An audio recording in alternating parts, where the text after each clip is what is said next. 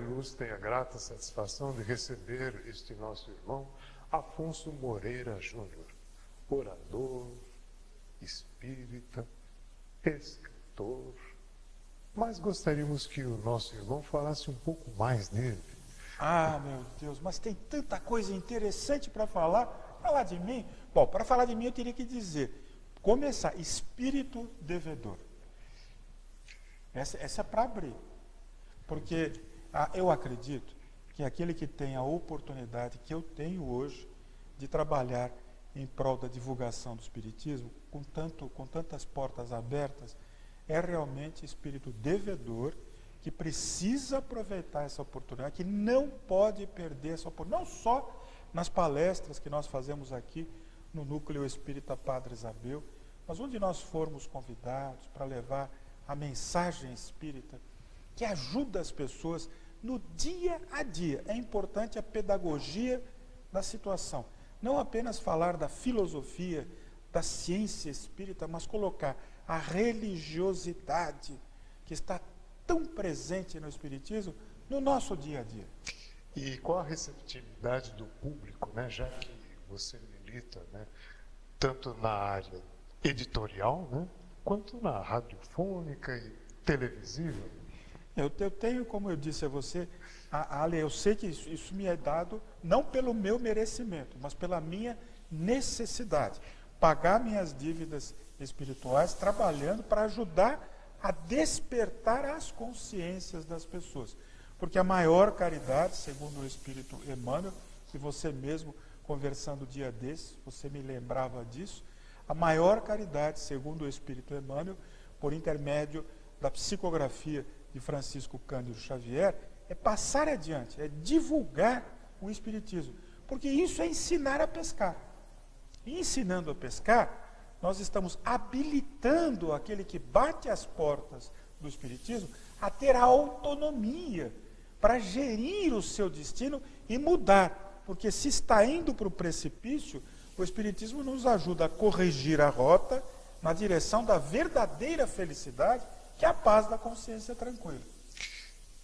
Afonso, nós gostaríamos que você falasse um pouco do seu livro. Ah, mas isso é muito bom. Olha, você conhece a história e eu vou repetir. Eu sou autor de livros paradidáticos e meu primeiro romance espírita é Alma de Mulher em Corpo de Homem. É um romance que trata da reencarnação. Eu considero a reencarnação como a pilastra, a viga mestre do Espiritismo. Se você tira a reencarnação, cai o edifício. A reencarnação explica porque uns nascem miseráveis, outros nascem miliardários. Uns nascem belos, formosos, outros nascem com aleijões. E assim por diante.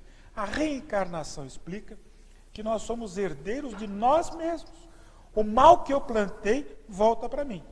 Mas graças a Deus, o bem que eu for capaz de plantar, por menor que seja, ele retornará para mim.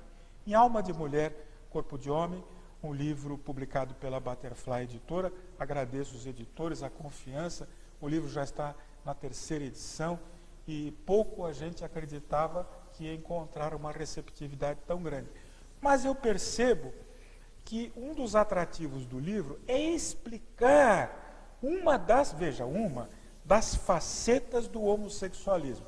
Não está explicando o homossexualismo por prostituição, por modismo, por imitação, por obsessão, mas o homossexualismo que sintroniza na personagem central do livro, Carlota, porque ela foi mulher durante muitas encarnações, mas só que ela abusou da feminilidade para atrair os homens, seduzi-los e arrancar fortunas, e depois descartá-los como inúteis.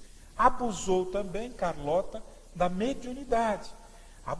Usou a mediunidade em causa própria. Depois de várias encarnações, oportunidades abençoadas, que Deus abençoado, misericordioso, nos dá tantas oportunidades quantas necessitarmos para a nossa evolução. Até aquele determinado momento em que nós não estamos mais capacitados a escolher, pois nós somos aquelas criaturas que erradores, se me permite a expressão, contumazes. Aí vem a reencarnação compulsória. Carlota, no mundo dos espíritos, apavorada, angustiada, pede a Deus que a abençoe com a reencarnação. E ela é atendida. O pai não desampara ninguém. O espírito apresenta-se, o mentor, diz que ela vai reencarnar e ela diz: agora você mulher boa, você boa mãe, boa filha, boa. E ela faz aquelas promessas que nós costumamos fazer quando estamos diante da responsabilidade de autoridades morais maior do que a nossa. Mas ela já, me perdoe a expressão, já pisou na bola em outras encarnações. E o mentor lhe diz: sim, Carlota, vais reencarnar, só que desta vez num corpo de homem. E ela se choca. Mas o quê? Eu? Porque ela se considera mulher. Várias encarnações. Cristalizou-se em seu pensamento a ideia de que ela é mulher, no psiquismo arraigado, o maneirismo, as formas de se comportar. De jeito nenhum, ela grita, ela se revolta contra Deus, ela brada, blasfema. Deus me colocar numa gaiola de carne, que é um corpo de homem? Nunca! E ela pula, como as crianças, quando lhes retira a sobremesa por mau comportamento. Muito bem. É interessante essa sua abordagem, porque recentemente uma discussão, né, que levou até posturas mais assim radicais, né, se tratando a homossexualidade como doença, né, algo que é contestado até pela ciência, né, não há dúvida. Mas essas atitudes, né, encontro até essas posturas tem uma certa receptividade ainda, né, na nossa sociedade. Veja, o preconceito está muito presente. O preconceito ético, nós somos espíritos eternos, corpo de carne é embalagem transitória. Se eu nasci na China, na África, se eu nasci na Dinamarca, nos Estados Unidos ou no Brasil, a etnia espiritual é uma só. É centelha de luz o espírito e o corpo é apenas uma embalagem, graças a Deus, o vaso sagrado, para interagirmos nesse mundo.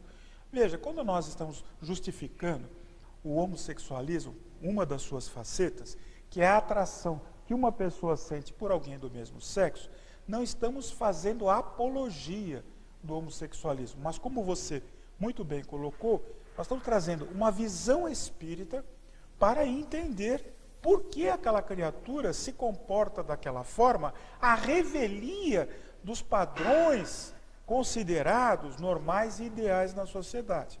Então, o homossexualismo, visto como uma reencarnação transitória, é compreensível, porque o espírito olha para o corpo e não aceita o corpo que tem.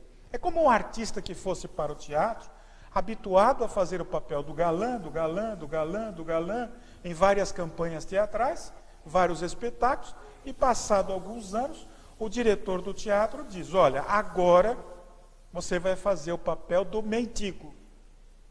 E o galã olha e diz: o quê? O artista: nunca! Eu sou o galã, eu nasci para ser um grande sedutor. Eu, papel de mendigo, nunca! E o diretor da peça vai dizer o quê? Olha, é exigência. No palco das reencarnações, o nosso diretor é o Pai Celestial. Ele dirige o universo por intermédio de suas leis. Façamos a vontade do Pai, foi o que diz Jesus, e tudo ou mais vos será dado por acréscimo. Então, a criatura que porventura olha para o corpo, não o aceita, porque ela quer um outro corpo, ela está sendo domada em seus instintos interiores. E como ela está num processo de autoconhecimento, de autoafirmação, ela está num processo de reforma íntima, nós vamos condená-la? De forma alguma. Nós vamos entender, vamos auxiliar essa criatura com indulgência, com tolerância, com fraternidade, desde que não haja excesso agredindo a sociedade, pois nós compreendemos que a nossa liberdade termina onde começa a do nosso próximo. Muito bem, eu acho interessante que se aborde isso, aliás, até em termos assim mais profundos, né? Convidando as pessoas a fazer uma reflexão, né? Porque se rigorosamente se permite até entender um pouco do que foi exposto aqui, é que até a nossa dificuldade de entender o outro e se colocar no seu lugar. É verdade, é verdade. Nós precisamos entender, olha, recentemente, é uma história verdadeira e que eu vivi. Eu ando de metrô em São Paulo que, embora as dificuldades, ainda é um grande facilitador. Com ele nós vencemos grandes distâncias.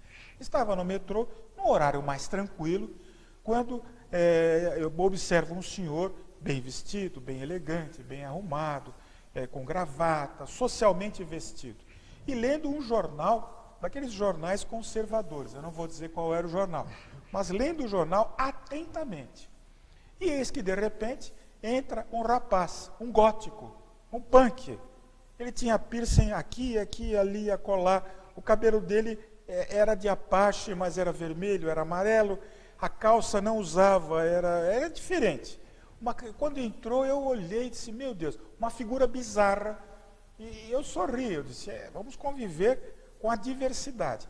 E esse rapaz foi sentar-se ao lado desse senhor, todo elegante, todo arrumado. Não era eu, porque eu não sou elegante. E eu só leio o jornal espírita. Ele estava lá, o rapaz sentou-se ao lado, o banco estava vazio, sentou-se ao lado dele. E eu observando o contraste, a diferença daqueles dois. E eis que, de repente, o rapaz começa aquilo que se chama pegar carona na leitura. Ele começa a enfiar o pescocinho dentro do jornal, interessado naquele jornal, um jornal sério, trazendo mensagens enriquecedoras.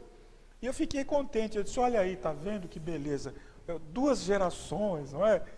Duas culturas, dois modos de entender a vida. E o rapaz já estava quase entrando dentro do jornal, quando aquele senhor olha para aquela figura, toma um susto, fecha o jornal rapidamente, se levanta como que revoltado e vai se sentar no fundo do vagão do metrô.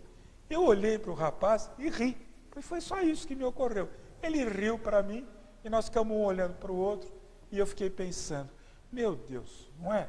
O rapaz se interessando pelo jornal, sentado respeitosamente, não estava fazendo nada demais, nada que justificasse aquela atitude intempestiva daquele senhor que se sentiu incomodado, se sentiu ofendido, talvez, com a presença de alguém diferente. Nós precisamos entender, administrar o grande desafio do século XXI, embora as questões climáticas sejam importantes, não é esse aspecto que o homem com a ciência vai vencer, mas vencer o nosso preconceito em relação à diversidade. Exatamente nesse momento, né, que se fala tanto na transição, né, momento de transição, porque passa o planeta Terra, né?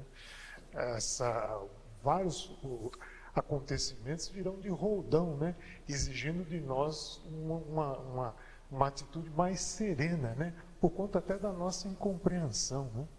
Os tempos são chegados, está na hora de colocar em prática, amar a Deus sobre todas as coisas, acima da riqueza, se nós a temos, não é o meu caso, temos outras riquezas, a riqueza da saúde, da família, dos amigos que estão aqui, das oportunidades de trabalho, mas as riquezas efetivamente materiais, as riquezas do prestígio, amar a Deus acima de tudo, até acima dos nossos entes queridos, e amar ao próximo, como a nós mesmos. Jesus disse, e isso calou fundo no meu coração, façai a vontade de Deus, não é?